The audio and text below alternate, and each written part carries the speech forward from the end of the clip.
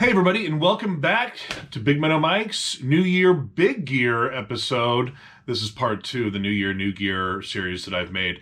I want to thank everybody for the awesome feedback that I got from the last video. I think a lot of people really like Fishin Flashbacks, and so I'm gonna keep going with it. I'm gonna keep rolling with that. It's a lot of fun to make those, and so we've got another one of those, a totally radical edition for this episode. So we'll kick off though with some new gear that I got. Last time I started with the new rod and reel combo that I got and did an unboxing. I'm going to kind of flip-flop that, and we're going to start with an unboxing first and then move to a new fly outfit that I got as well. So without further ado, let's go ahead and jump into this so we can get to the Fishin Flashback. All right, so here we go. Got another box unopening. Let's see what we got inside.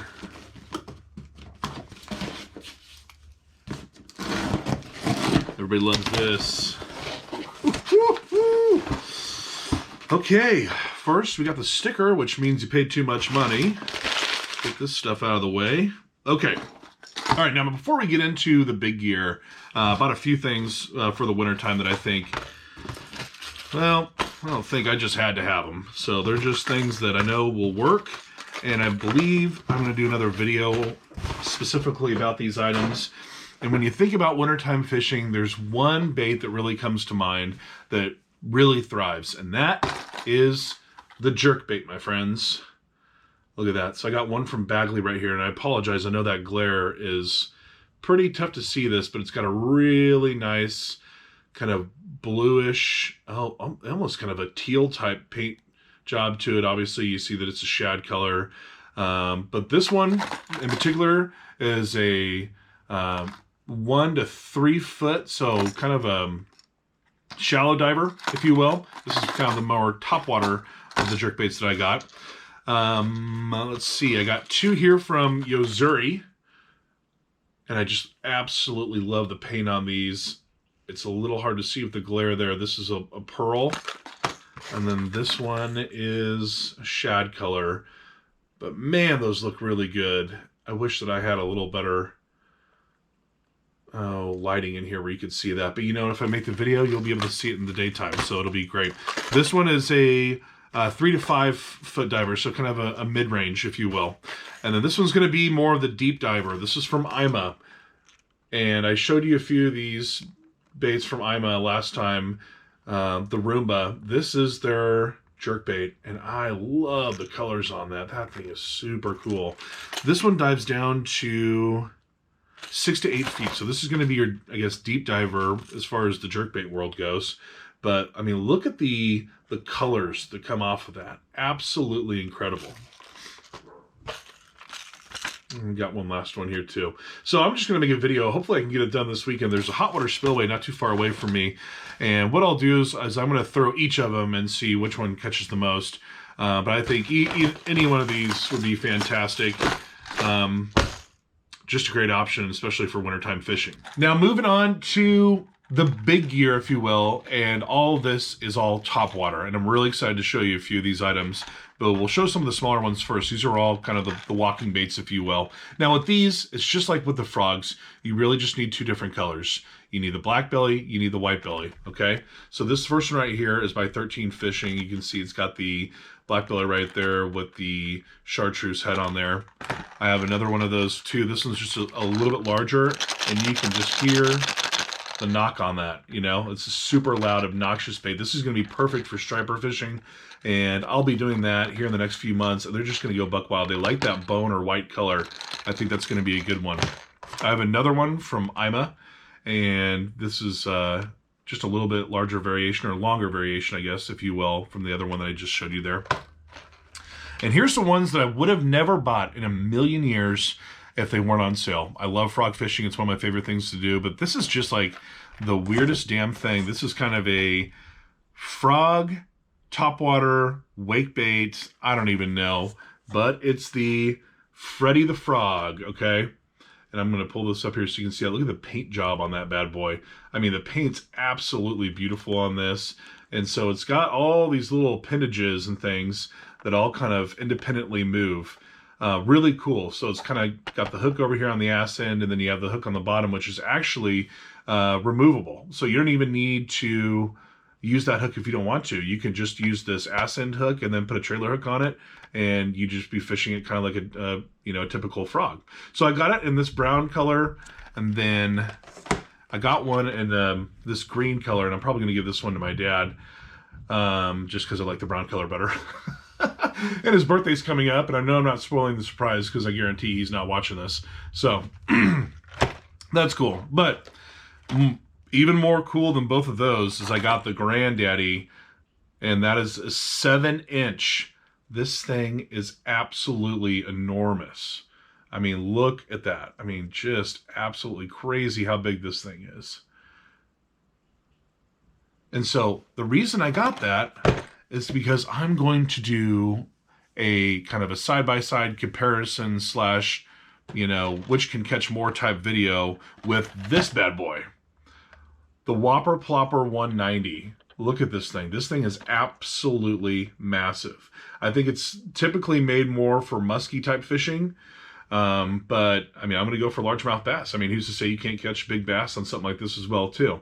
So I'm going to put the Whopper Plopper up against the old Freddy Frog and see who did it better.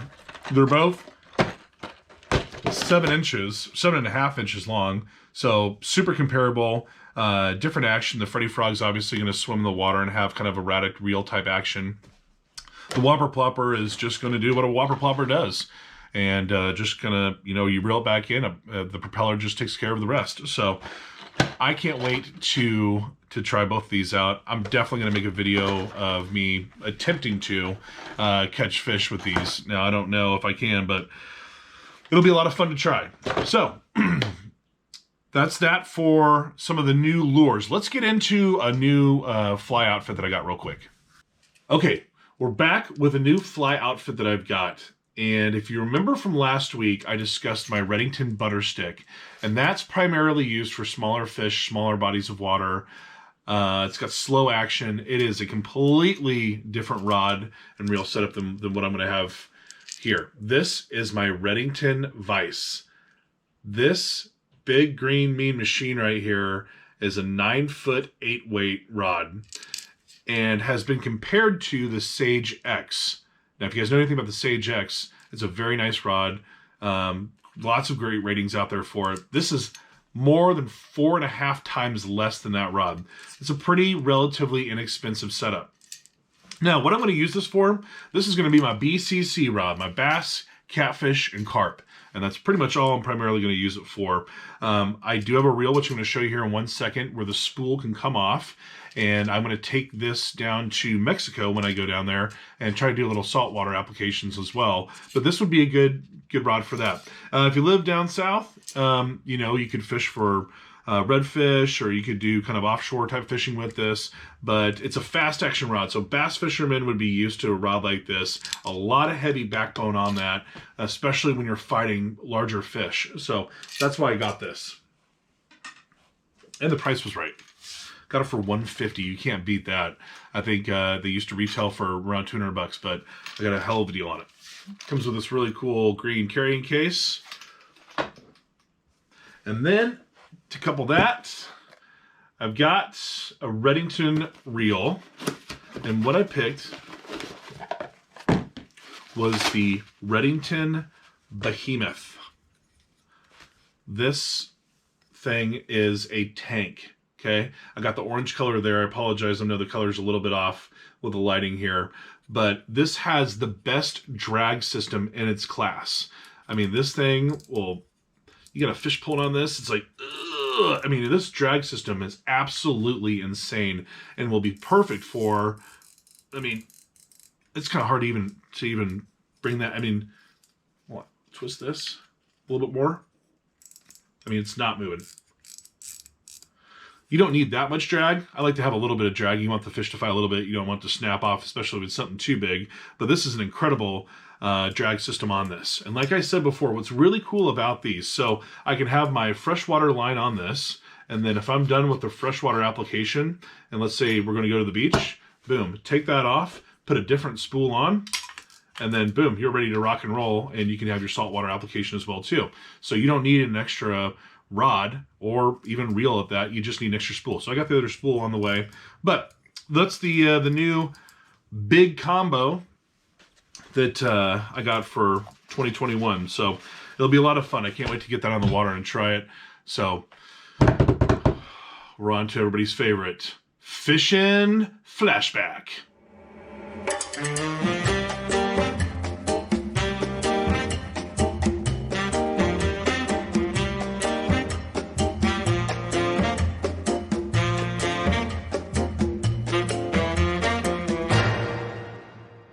And this Fishin Flashback, we're going to go back to the mid-1980s. Now, the 1980s were a completely radical time.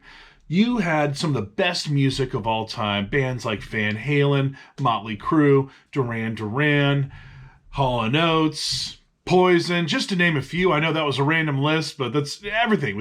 It was just better back then. Movies like Back to the Future, Indiana Jones, crazy TV shows. I mean, look at shows like Alf, just weird stuff, you know what I mean? But you know what else was a little bit different and somewhat bizarre back in the 1980s, especially mid-1980s, was advertising campaigns. You look at things like the Domino's Noid, Max Headroom for Coke. You had the McDonald's Moon Man for late night Big Macs. All sorts of crazy campaigns. Well, the fishing world wasn't all that different. And I'm going to show you one right now that I think you're going to really enjoy. First, if you notice right here, this is my lame-ass attempt of trying to do a double pop collar here. But apparently I can't find my Lacoste shirts and don't know where my members only jacket is. So we're going to make do with what we got.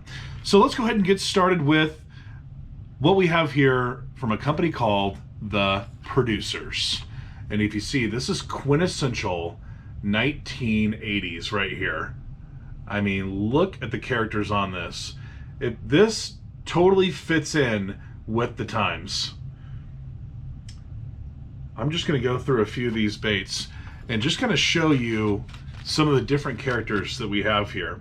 Now, the Producers, for the most part, everything that I've read online, which really there is not a lot of information about this company online, is kind of known as more of a knockoff type company. The baits really didn't have the quality that obviously some of your other companies would have had. So they relied mostly on their marketing and their packaging to sell their lures. And really, they sold me, you know what I mean? So what's not to love about this packaging? It just screams 1980s. From the font to the characters to the artwork. I mean, you can't beat that. I love this too. When else can you find a lure, especially not these days, of a dude having a ciggy, drinking a beer? Old Willie's Worms right here. Let's find another one of old Slick Willie's Worms. Here's another one right here. This is a larger size one, but you can kind of get a little better idea of what the character looks like. And also, too, take a look at what the bait is, too. I mean, you can see that these could be knockoffs. These could be reject lures from other companies. Maybe they didn't cut the mustard from another company, so they repackaged them. But I just wanted to show you guys, even if they are, you know, one man's trash is another man's treasure. Well, you know what, if that's the case, I got a whole lot of treasure. So I just want to go through these. I just thought these were super cool. Obviously the artwork's fantastic. But let me, let's see here. So I showed you a few of those. Let's show you old Finnegan's Minnow here real quick. I mean, just look at that right there. Little creepy. You remember those old storybooks when you were a kid back in the 80s? They kind of had that same artwork. Yeah, might give you nightmares a little bit, but, you know, whatever. And I'll show you here. This is a good example of kind of the lack of quality, if you will. I don't know if I can... I'm not sure how to get that glare out of there. But you can see the paint job and just the quality of plastic. Well, I don't think they're around anymore, so I guess I can kind of say this. It sucks. But that's okay. You know what I mean? I don't mind collecting it. It's still, it's a fun bait. I don't know how long the Producers were around for. I know they did start in the mid-1980s, and they at least went to the 2000s from all the information that I can find. Now, just a real quick, I'll show you This is a 1986 Bassmaster catalog I got right here. Or not catalog, I'm sorry, magazine. And I'm going to show you just a couple advertisements. If they did one thing right, and this is one thing they did, it is artwork. Screams the time, if you know what I mean. So let's just see if we can get, here we go. And you can see, I'm just going to try to position this. You got the old Willie's worm, and you have these guys on here on a boat, and one kind of fell off as he's trying to catch this big old lunker down here at the bottom. And basically, I'm not going to read all that to you, but what he's saying is, if you're going to have one problem with this bait, it's that you're going to catch too many fish. So, I mean, look at that big old ugly fish. I just love that old advertising. And let me show you one more advertisement I have from the April 1986 Bassmaster magazine. And this one's probably my favorite, although I really do like the fish in the other one. But as you can see here, you've got Finnegan and Willie on the boat together, and there's some fish underneath there. And just the artwork is pretty phenomenal on these. I mean, I really like that artwork. But they're all catching fish. And on this, it says, no problem, sorta, meaning that the only problem that you're going to have is catching too many fish with these lures. Now, I don't know about all that, just kind of judging by the actual lure itself. But what I will tell you, I have an absolute blast collecting these. These are a ton of fun. They really bring you back to kind of the mid-1980s, even up into the 90s. That artwork, it's super nostalgic. And if anything else, it's just a lot of fun to collect these old lures. So if you get a chance, I know you can find these on eBay. They really don't go for a whole lot of money. You know, they may not be probably the world's most desirable thing in the world, but they certainly are kind of fun to look at. And they do bring you back to, you know, a simpler time. And if anybody out there has more information about the producers that they can share, please put something down below. I'd love to learn more about these lures. There's really nothing online about them, and that's why I wanted to show you this video, because I haven't seen anything. I've looked far and wide. I've barely found any forums about them. There's no YouTube videos about them. So if you have any information about the producers, please put that down below. I'd love to hear more about them. Until next time, guys, keep it real.